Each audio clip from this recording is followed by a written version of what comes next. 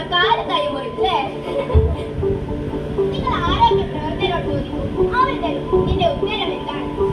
അതാ അവര് വരുന്നുണ്ട്. ചേച്ചി, ഞങ്ങൾ എല്ലാവരും ഐസ്ക്രീം കഴിച്ചു. അവരെല്ലാവരും പാട്ട് താഴെ. ഞാൻ അതൊക്കെ പെരുക്കി ബാഗിട്ടു. അതിനവരെ കുറ്റപ്പെടുത്തില്ല. ഞാൻ ചെയ്തതാണ്. ഈ മോൾ ചെയ്തതാണ് ശരി. അവൾ ഐസ്ക്രീം പാത്രങ്ങളൊന്നും വലിച്ചെറിഞ്ഞില്ലല്ലോ. ഐസ്ക്രീം പാത്രം പ്ലാസ്റ്റിക് ആണ്. ഈ പ്ലാസ്റ്റിക്കിന്റെ ദോഷം എന്താണെന്ന് നിങ്ങൾക്കറിയാമോ? ഐസ്ക്രീം ബോൾ വലിച്ചെറിഞ്ഞാൽ എന്താണ് സംഭവിക്കുക മക്കളെ? പറയൂ, അതിൽ എന്താണ് വന്ന് നിറയുക? ഞാൻ പറയാം, മഴവെള്ളം നിറയും.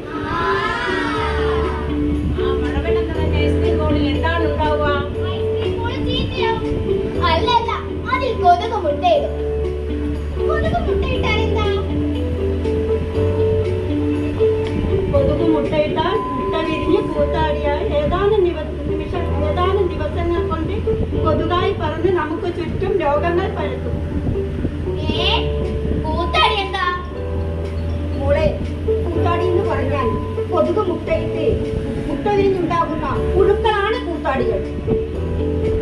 ഐസ്ക്രീം പാട്ടിൽ കൊതുക് മുട്ടയിട്ട് മുട്ട കൂത്താടിയായി കൊതുകായി മാറുന്നു. ഇതെങ്ങനെയാ നമുക്ക് രോഗം പരത്തുന്നത്? ആ കൊതുകുകൾ നമ്മുടെ ശരീരത്തിലേക്ക് പ്രവേശിച്ച് രോഗാണുക്കളെ രക്തം കുടിക്കുകയും രോഗാണുക്കളെ നമ്മുടെ ശരീരത്തിലേക്ക് പ്രവേശിപ്പിക്കുകയും ചെയ്യുന്നു. ഈ കൊതുക് പരത്തുന്ന രോഗങ്ങൾ എന്തൊക്കെയാ? ഡെങ്കിപ്പനി, ചിക്കൻ ഗുനിയ, മന്ത്, മലേറിയ ഈ രോഗങ്ങളാണ്.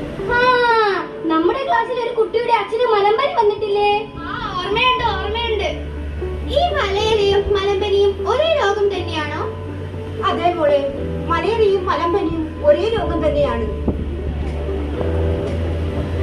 രോഗാണുവാഹിയായ അനോഫിലിയസ് എന്ന പെൺകൊതുകാണ് ഈ മലമ്പനി എന്ന അസുഖം നമ്മുടെ ശരീരത്തിലേക്ക് ഉണ്ടാക്കുന്നത്.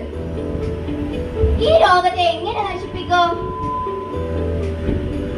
മോളെ, കൊതുകിന്റെ ഉറവിടം കണ്ടെത്തി ഉറവിട നശീകരണ പ്രവർത്തനമാണ് ഇതിനുത്തമം. അപ്പോൾ കൊതുകിന്റെ ഉറവിടം പൂർണ്ണമായും നശിപ്പിക്കണമല്ലേ?